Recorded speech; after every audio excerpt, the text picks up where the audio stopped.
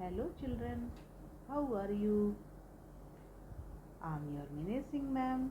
I will start your new chapter Microorganisms, Friend and Foe. So children, let's start with microorganisms. Here definition I have written, that is, these are very tiny small organisms which can not be seen with naked eye. They can only be seen with a magnifying glass or microscope. इसका मतलब बच्चों ये है कि micro organisms, micro means very very small, ठीक है। तो organisms मतलब इंडिविजुअल्स जिनमें लाइफ होती है। तो माइक्रो ऑर्गेनिजम्स, जिनको हम माइक्रोब्स भी बोलते हैं, वो टाइनी या स्मॉल ऑर्गेनिजम्स होते हैं जिनको हम आँख से नहीं देख सकते। ऐसे हम अपनी खुली आँख से नहीं देख सकते। उनको केवल देखा जा सकता है मैग्नीफाइंग ग्लास से या माइक्रोस्कोप से, right. Microorganisms can be both unicellular as well as multicellular. तो माइक्रोऑर्गेनिजम्स दोनों होते हैं। यूनिसेलुलर मतलब सिंगल सेल से बने हुए, मल्टीसेलुलर मीन्स मेनी मतलब बहुत सारी सेल से बने हुए। और तो आप बोल सकते हो microorganisms can be both unicellular as well as multicellular. So microorganisms are found everywhere, means air, water, soil, marshy lands, hot springs, deserts, ice cold climate, inside the bodies of other organisms. तो बच्चों micro organisms जो हैं हर जगह पाए जाते हैं, हवा में भी, सॉइल में भी, हमारे हाथों में भी, हॉट स्प्रिंग्स में भी और बाकी सब जगह। तो ऐसी कोई जगह नहीं है जहाँ पे माइक्रो ऑर्गेनिजम्स आपको नहीं मिल सकते। Micro organisms can live in colonies as well as alone, यानी जो माइक्रो ऑर्गेनिजम्स है ना, ये कॉलोनीज इकट्ठे भी झुंड में भी मिलते हैं और अकेले भी रह सकते हैं। And now what is habitat of microorganisms or microbes? Microbes are found in every climatic conditions, यानी कि हर मौसम में, हर कंडीशन में, हर क्लाइमेट के अनुसार अपने आप को ढाल लेते हैं और हर तरह के एनवायरनमेंट में वो सरवाइव कर जाते हैं। जैसे hot springs, ice colds, climates, deserts, inside the bodies of living organisms, ये हम आपको पहले ही बता चुके हैं। तो बच्चों ये तो आपके लिए नोट्स हैं और हमारी बुक में क्या लिखा है एक बार रीड कर लेते हैं। तो हमारी बुक में जो लिखा है उसको देखो। You have seen several kinds of plants and animals. आपने बहुत तरीके के प्लांट्स और एनिमल्स देखे हैं, ठीक है। तो उनमें जब आपने बहुत सारे तरीके के प्लांट्स और एनिमल्स देखे हैं, however there are other living organisms around us which we cannot see with eyes alone. फिर भी बहुत सारे एनिमल्स, प्लांट्स हमने ऐसे देखे हैं जो हमको आराम से अपनी आँखों से दिख जाते हैं, लेकिन कुछ ऐसे भी लिविंग ऑर्गेनिजम्स होते हैं जिनको हम अपनी आँख से नहीं देख सकते। तो ऐसे ऑर्गेनिजम्स को हम क्या बोलते हैं? These are called microorganisms और microbes, right. For example, you might have observed that during rainy season, moist bread gets spoiled and its surface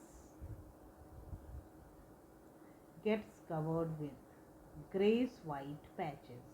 Observe these patches through a magnifying glass. ठीक है ना। अगर बरसात के season में हमने bread के किसी टुकड़े को 2-3 दिन के लिए ऐसे ही छोड़ दिया खुली हवा में, तो क्या होता है, उस पर आपको ग्रे ग्रे कलर के पाउच नज़र आने लगते हैं। तो वो ब्रेड जो पैचेज होते हैं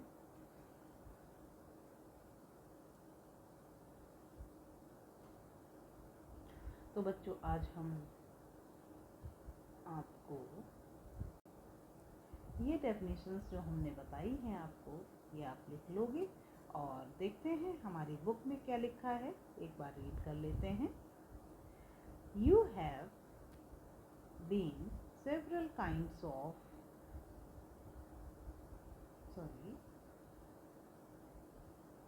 बच्चों ये डेफिनेशंस जो मैंने बताई हैं वो आप नोट कर लोगे और अब चलते हैं, देखते हैं हमारी बुक क्या कह रही है। तो थोड़ा सा रीड कर लेते हैं।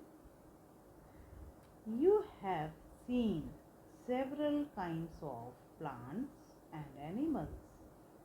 However, there are other living organisms around us which we cannot see with eyes alone.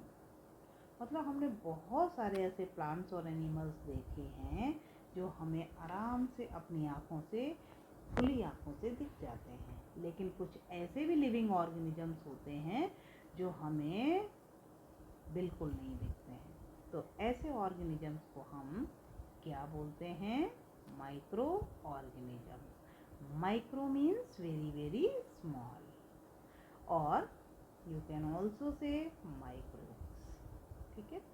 For example, you might have been और have observed that during rainy season moist bread gets spoiled and its surface gets covered with grayish white patches.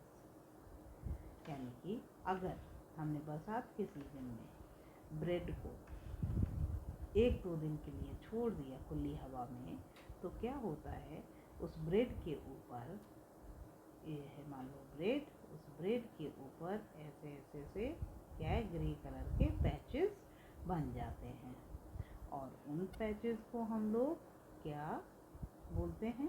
वो होती है fungus, right. Observe these patches through a magnifying glass. अब उन patches को अगर हम magnifying glass से देखते हैं तो क्या पाते हैं? You will see tiny black rounded structures. ठीक है। Do you know that what these structures are and where did these come from? आपको पता है बच्चों, पिछले क्लास में आपने ब्रेड मोल्ड का पढ़ा है कि किस तरह से क्या होते हैं ये ब्रेड मोल्ड, और इसके स्पोर्स कैसे होते हैं और इनका स्ट्रक्चर कैसे होता है। तो आप रिकॉल करो। Micro organisms activity 2.1। तो देख लेते हैं 2.1 क्या है। Collect some moist soil from the field in a beaker. आप एक बीकर लो, कांच का ग्लास लो, और क्या मॉइस्ट फील्ड में जाकर एक मॉइस्ट सॉइल को कलेक्ट करना है, and add water to it, और उसमें क्या करना है? पानी को ऐड कर देना है। After soil particles have settled, observe a drop of water from the beaker under a microscope. What do you see? अगर हमने क्या किया, एक ग्लास ले लिया, ठीक है, और ग्लास में क्या हमने मिट्टी ले ली ग्राउंड में, फील्ड में जाकर, और इसमें भर दिया, इस ग्लास में हमने पानी डाल दिया। ठीक। जब पानी सेटल हो जाएगा, पूरी पानी नहीं, मिट्टी सेटल हो जाएगी, तली में बैठ जाएगी, तो हम इसके पानी की क्या करेंगे, एक बूंद लेंगे या 2-3 बूंद लेंगे और उसको माइक्रोस्कोप के नीचे देखेंगे। ठीक है, तो माइक्रोस्कोप के नीचे देखने से क्या आपको पता चलेगा कि उसमें कौन कौन से माइक्रोब्स प्रेजेंट हैं। ठीक है, तो ये आप कर सकते हो। Activity 2.2, take a few drops of water from a pond, spread on a glass slide and observe through a microscope. अब ये पॉन्ड में है पानी, ठीक है, जहाँ पे स्टैगनेंट वाटर होता है, पानी भरा हुआ होता है तालाब में। तालाब तो आप जानते ही हो। इसका पानी लो और स्लाइड के ऊपर क्या है, 2 बूंद रखो, और जब इस पानी को, पॉन्ड के वाटर को हम माइक्रोस्कोप के नीचे स्टडी करेंगे तो क्या पाएंगे, उसमें भी बहुत तरीके के माइक्रो ऑर्गेनिजम्स होते हैं। तो ये हो गई activity 2। These observations show that water and soil are full of tiny organisms।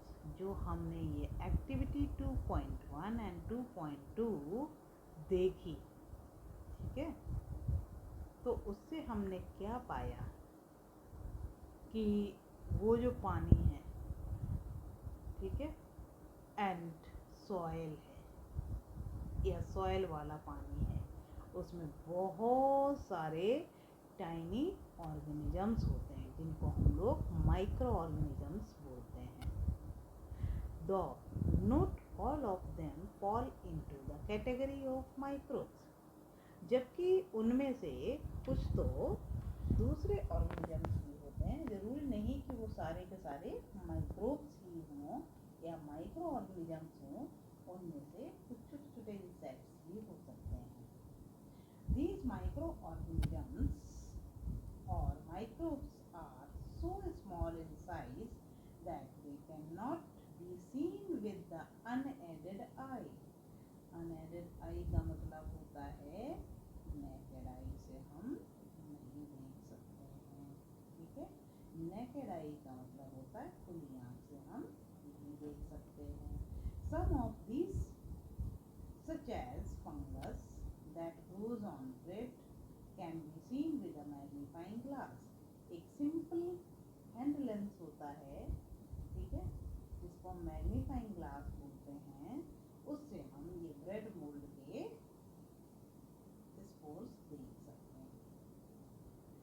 Others cannot be seen without the help of microscope। लेकिन कुछ इतने छोटे होते हैं जिनको हम बिना माइक्रोस्कोप के नहीं देख सकते हैं। This is why these are called microorganisms or microbes। इसीलिए इतने छोटे होने की वजह से, जिनको हम अपनी खुली आँख से नहीं देख सकते हैं, इसीलिए उनको क्या बोलते हैं, माइक्रो ऑर्गेनिजम्स या microbes. Right, micro organisms are classified into 4 major groups. 4 major groups में माइक्रोस्कोप को क्या किया गया, क्लासिफाई किया गया। ये वाली आप डेफिनेशंस लिख लेंगे और इसको मैं थोड़ा छोड़ देती हूँ। Micro organisms are classified into 4 major groups. Micro organisms को जनरली 4 मेजर ग्रुप्स में क्लासिफाई किया गया है, और उन ग्रुप्स को क्या बोलते हैं, these groups are bacteria, fungi, protozoa and some algae। ठीक है, तो ये क्या है, 4 major groups। Some of these common microorganisms are shown in figure 2.1 to 2.4। अब कुछ तो क्या है 2.1 और 2.4 में दिखाए हुए हैं। ये वाले, ये क्या है, स्पाइरल बैक्टीरिया। ये जो बैक्टीरिया बैक्टीरिया होते हैं ना, कैसे होते हैं, स्पाइरल होते हैं। और ये रॉड शेप्ड बैक्टीरिया आपको दिख रहे हैं कैसे हैं, ये रॉड शेप्ड बैक्टीरिया है। और ये कैसे हैं आपके स्पाइरल बैक्टीरिया इस टाइप के। और बाकी 2.2 में ये क्या है आपके, कुछ एल्गी है, ठीक है। तो इनको क्या बोलते हैं, ये एल्गी है, ये वाली, इसको बोलते हैं क्लेमाइडोमोनास, नाम है इसका। और एक और एल्गी जिसका नाम है स्पाइरोगायरा। और ये भी क्या है, माइक्रोब्स हैं, जिनको हम बोलते हैं एमीबा, पैरामीशियम, ये सब के नाम आपने सुने हैं। अब ये है ब्रेड मोल्ड, और ये किस में आता है, किस ग्रुप में, फंजाई में। तो ये ब्रेड मोल्ड के कैसा बोला था कि स्टॉक लाइक स्ट्रक्चर होता है, और ये कैसे इसके इस तरह से गोल गोल सी बॉडीज होती है, ठीक। तो इसको ब्रेड मोल्ड बोलते हैं। और ये है पेनिसिलियम, ठीक है। और इसको बोलते हैं Aspergillus. Bread mould, Penicillium, Aspergillus, ये सारे क्या है, फंजाई, ठीक है। फिर वापस चलते हैं वहीं पर। तो हमने देख लिए कि फिगर 2.1 और से 2.4 तक कौन कौन से माइक्रो ऑर्गेनिजम्स हैं और उनके कौन से 4 मेजर ग्रुप्स हैं। अब वायरसेस आर ऑल्सो माइक्रोस्कोपिक, और वायरसेस भी होते हैं। एक ग्रुप और है माइक्रो ऑर्गेनिजम्स जो इन चारों से बहुत ही अलग है। तो viruses are also called viruses are also microscopic, कहने मतलब है ये चार तो माइक्रोस्कोपिक होते ही हैं, मतलब उनमें से ज़्यादातर माइक्रोस्कोपिक होते हैं ऊपर चार वाले में। और उसके अलावा ये जो वायरसेस होते हैं ये टोटली माइक्रोस्कोपिक होते हैं, यानी कि इनको तो हम किसी भी तरीके से देख ही नहीं पाएंगे। दे however reproduce only inside the cells of the host organism. अब वो किसी न किसी होस्ट ऑर्गेनिजम्स की बॉडी के अंदर ये क्या करते हैं, रिप्रोड्यूस करते हैं। विच में भी क्या हो सकता है, बॉडी के अंदर करना है इनको ग्रो, तो ये बैक्टीरियम हो सकते हैं, प्लांट हो सकते हैं, एनिमल हो सकते हैं। तो इस तरह से क्या है, ये होस्ट ऑर्गेनिज्म के बॉडी के अंदर रिप्रोड्यूस करते हैं। Some of the viruses are shown in figure 2.5। अभी हम आपको दिखाते हैं, पहले पढ़ लेते हैं।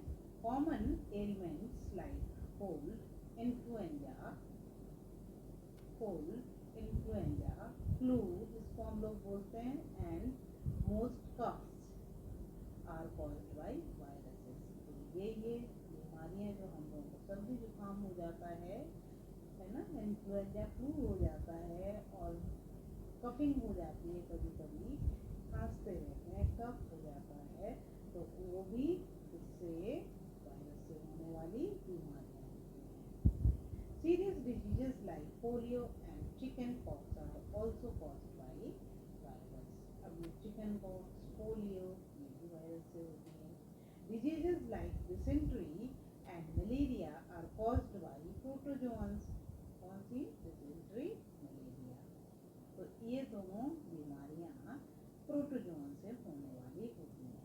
Whereas typhoid and tuberculosis are bacterial. Typhoid, tuberculosis are bacterial diseases. जहाँ पे टाइफॉइड है, ट्यूबरकुलोसिस है, क्या है, बैक्टीरियल डिजीज। टीबी वगैरह का नाम आपने सुना होगा, ये लंग्स की बीमारी होती है। You have learnt about some of these microorganisms in classes 6 and 7, जो आपने पढ़ी है। तो इनमें बच्चों को चार तो ये मेजर ग्रुप हैं, उसके अलावा एक ग्रुप और है माइक्रोब्स का, लेकिन इन चारों से बहुत ही अलग ये है। तो इनको हम लोग क्या लेकिन कोई भी नहीं पता कर पाए, कोई भी साइंटिस्ट अभी, कि whether these viruses are living और नॉन लिविंग। तो इनको हम कहाँ पे प्लेस करते हैं? Border line of living and non living. इसको हम लोग कहाँ प्लेस करते हैं? Border line of living and non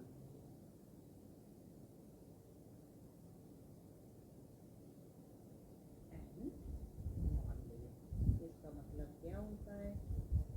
border line of living and non living का मतलब होता है कि हमें पता ही नहीं है कि लिविंग है कि नॉन लिविंग है, तो इसको बीच में रख दिया। इनके कैरेक्टर्स जैसे शो करते हैं, इसलिए इनको बीच में रख दिया। यानी कि बॉर्डर लाइन है, ये लिविंग में भी आ सकते हैं, नॉन लिविंग में भी आ सकते हैं। ठीक है, तो इतना आप कर लेना और इस तरह से ये पूरी डेफिनेशंस लिख लेना। और नेक्स्ट टॉपिक